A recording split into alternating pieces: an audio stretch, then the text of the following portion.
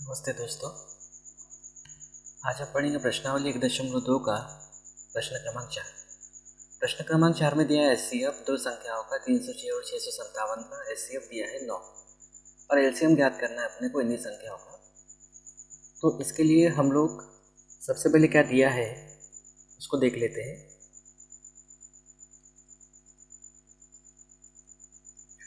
हमको दो संख्याएं दी हुई है 306 और 657। तो हम यहाँ लिखेंगे गिवन दैट दो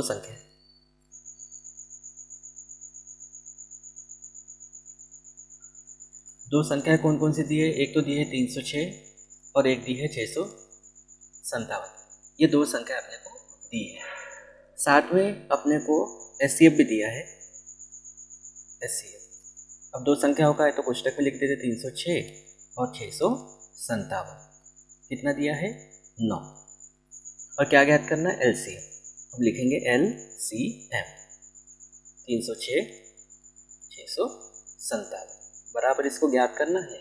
ज्ञात करना है तो हम क्या करेंगे यहाँ क्वेश्चन मार्क लगा देंगे। अब ये मान अपने पास आ गए। इसके लिए हमारे पास एक फार्मूला है। वो फार्मूला है दो संख्याओं का गुणनफल बराबर एचसीएफ गुणा एलसीएम। तो हम यहाँ सूत्र लगा देते हैं। क्योंकि सूत्र लगाते हैं सूत्र दो संख्याओं का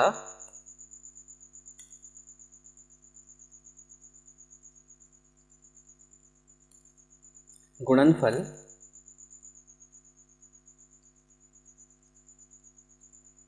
बराबर एचसीएफ गुणा एलसीएम। ये हमारे पास फार्मूला है। दो संख्याओं का गुणनफल, दो संख्या हमारे पास कौन कौन सी 306 और 657। ये दो संख्याएं हैं तो हम यहाँ लिखेंगे दो संख्याओं का गुणनफल, यानी इन दोनों का गुणनफल लिखेंगे 306 657 बराबर एचसीएफ अपने को कितना दिया है 9 और क्या ज्ञात करना है एलसीएम। ठीक है। अब 9 गुणा में है, इधर आएंगे तो भाग में चले जाएंगे तो यहाँ आएगा 306 गुणा 657 अपॉन 9 बराबर एलसीएम। 9 का भाग दे देते 9 एकम 9, यहाँ आएगा 9 तिया 27, 3 बचेगा 9 चौक 36। तो हमारे पास क्या आएगा 34 गुणित 657 बराबर एलसीएम। अब इन दोनों का गुणा करना है। गुणा आपको बनना चाहिए तो आएगा 22,338 बराबर एलसीएम। चाहो तो आप या कोष्टक में लिख सकते हो किन दो संख्याओं का है। एक तो संख्या है 306 और दूसरी है 657। या आप इसको पलट के भी लिख सकते हो, ये आपका हो जाएगा आंसर। तो इस तरह से अगर आपको एचसीएफ दिया है, दो संख्या दी है, तो आप एलसीएम निकाल सकते हो। तो ये आपका हो गया क्वेश्चन नंबर 4। अभी हम देखेंगे क्वेश्चन नंबर 5 और इसके आधार पर देखेंगे उदाहरण नंबर 5। तो सबसे पहले हम देखते हैं क्वेश्चन नंबर 5। जांच कीजिए कि क्या किसी प्राकृत संख्या n के लिए संख्या 6 की घात n अंक शून्य पर समाप्त हो सकती है। यानी अपने को प्राकृत संख्या n के लिए संख्या 6 की घात n का मान यहाँ कुछ भी हो सकता है, 1 2 3 4 को प्राकृत संख्या होगी। 6 की घात n अंक शून्य पर समाप्त हो सकती है। इसको समझ लेते हैं। इसको समझने के लिए आपको क्या करना है, एक बात हमेशा ध्यान रखना है कि अगर कोई संख्या है और वो संख्या अगर शून्य पर समाप्त होती है, कोई भी संख्या हो और संख्या अगर वो शून्य पर समाप्त होती है तो उसके अभाज्य गुणनखंड में यह आना चाहिए 2 गुणा 5। जिसके अभाज्य गुणनखंड में कम से कम एक बार आना चाहिए 2 गुणा 5। ज़्यादा भी बार आ सकता है लेकिन कम से कम एक बार आना चाहिए 2 गुणा 5।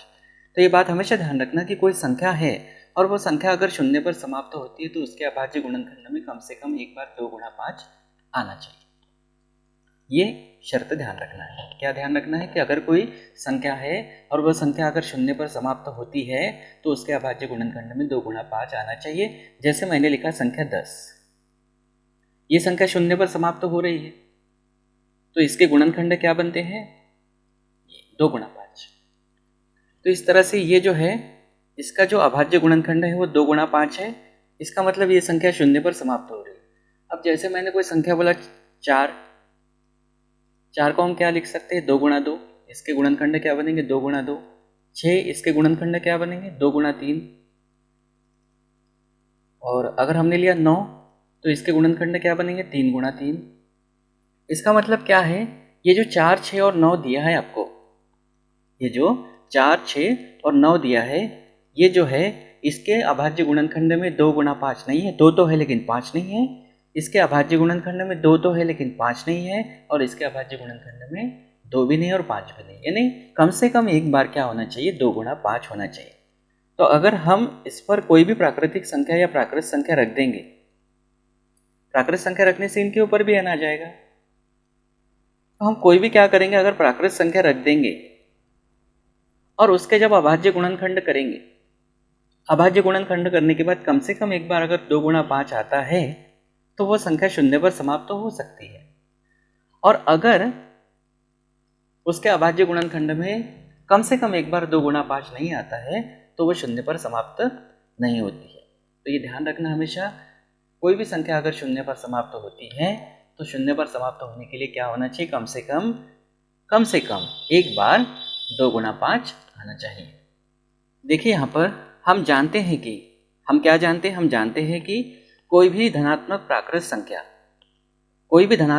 संख्या जो शून्य पर समाप्त हो सकती है या होती है, कोई भी धनात्मक प्राकृत संख्या जो शून्य पर समाप्त होती है तो उसके अभाज्य गुणनखंड में कम से कम एक बार 2 गुणा 5 आना चाहिए। यानी अगर कोई संख्या है जो शून्य पर समाप्त होती है या होना चाहती है तो उसके अभाज्य गुणनखंड में कम से कम एक बार 2 गुणा 5 आना चाहिए। अब हम देखें, यहाँ लेके चल रहे हैं 6 के अभाज्य गुणनखंड क्या होंगे 2 और 3। तो हम इसको क्या लिखेंगे, 6 को 2 गुणा 3 के रूप में लिखेंगे। और इसकी घात 6 की घात n है, प्रश्न में 6 की घात n है, तो हम दोनों तरफ n घात लगा देते हैं, तो 6 की घात n और इसकी भी घात n हो जाएगी। बराबर दोनों को अलग अलग लिख सकते हैं, 2 की घात n गुणा 3 की घात n। अब देखिए आपने 6 के अभाज्य गुणनखंड किए, ये जो 6 के अभाज्य गुणनखंड आपने किए हैं, क्या इसमें कम से कम एक बार 2 गुणा 5 आया है? नहीं आया है। इसका मतलब हम लिख सकते हैं चूंकि 6 की घात n के अभाज्य गुणनखंड करने पर यह 2 गुणा 5 के रूप का नहीं है, इसीलिए किसी प्राकृत संख्या n के लिए संख्या 6 की घात n अंक शून्य पर समाप्त नहीं हो सकती। इसी के आधार पर एक उदाहरण मैंने बनाया है, सेम टू सेम कॉपी है। अगर आप ऊपर का उदाहरण समझ गए होंगे तो नीचे का उदाहरण समझना आपके लिए बहुत आसान हो जाएगा। कैसे, देखिए उदाहरण 5, जांच कीजिए कि क्या किसी प्राकृत संख्या n के लिए संख्या 4 की घात n अंक शून्य पर समाप्त हो सकती है।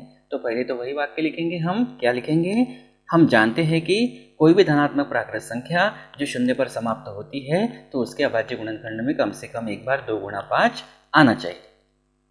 तो हम 4 के अभाज्य गुणनखंड करेंगे तो ये हो जाएंगे 2 गुणा 2। ये देखें, दोनों के ऊपर n लगा देंगे तो 2 बार है तो 2 की घात 2 लगा देंगे, 2 बार होने के कारण, और उसकी घात n है। अब घातों का गुणा हो जाएगा तो ये 2n हो जाएगा। अब यहाँ देखिए, इसको इस रूप में लिखा अपन ने।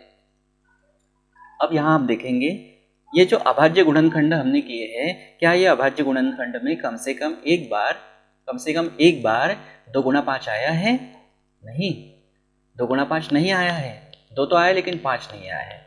इसका मतलब ये हम लिख सकते हैं, चूंकि 4 की घात n के अभाज्य गुणनखंड करने पर यह 2 गुणा 5 के रूप का नहीं है, इसीलिए किसी प्राकृत संख्या n के लिए संख्या 4 की घात n अंक शून्य पर समाप्त नहीं हो सकती। आप इसको 10 की घात n के लिए करोगे, 9 की घात n के लिए करोगे, कर सकते हो, प्रश्न बदल के आ सकता है। तो आप इसके आधार पर करके देखिएगा, सेम ऐसे ही वाक्य बना के देखिएगा, तो आपसे बहुत अच्छे से बन जाएगा। ठीक है, तो ये बहुत अच्छे से करना है, क्वेश्चन इंपॉर्टेंट है। और आज के लिए इतना ही, मिलते हैं अगली वीडियो में, तब तक के लिए जय हिंद।